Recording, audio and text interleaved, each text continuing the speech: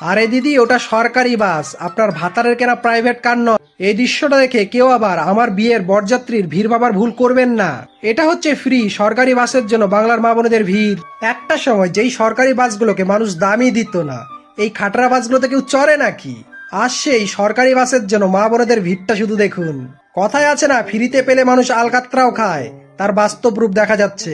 যেই না সরকার ঘোষণা করে দিয়েছে সরকারি বাস মহিলাদের জন্য ফ্রি, যেসব মহিলারা মাসের পর মাস বাসের ভাড়ার জন্য কোথাও ঘুরতে যায়নি, তারাও আজ টানটোপলা গুটিয়ে বাসের জন্য রেডি হয়ে আছে। আরো কিছু কিছু মহিলা তো আলাদা লেভেলেরই কাহিনী করছে, চৌরাস্তার মোড়ে দাঁড়িয়ে সরকারি বাসকে দাঁড় করাচ্ছে।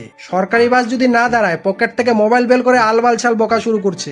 আরে দিদি, ওটা সরকারি বাস, আপনার ভাতারের কেনা প্রাইভেট কার নয়, যেখানে খুশি সেখানেই দাঁড়াবে।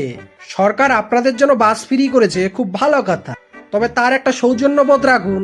এইভাবে ভিড়ভাট্টা করলে নিজেদেরই তো ক্ষতি করবেন। হঠাৎ ধরুন বাসটা অ্যাক্সিডেন্ট হয়ে গেল, ক্ষতিটা কাদের হবে? 2 টাকা বাঁচাতে গিয়ে কেল্লাফ হতে হয়ে যাবেন। ফ্রি ভাড়ার লোভে ফ্রিতে যমরাজের দর্শনও করে ফেলতে পারেন, তাই একটু সাবধানে বাংলার মা বোনেরা।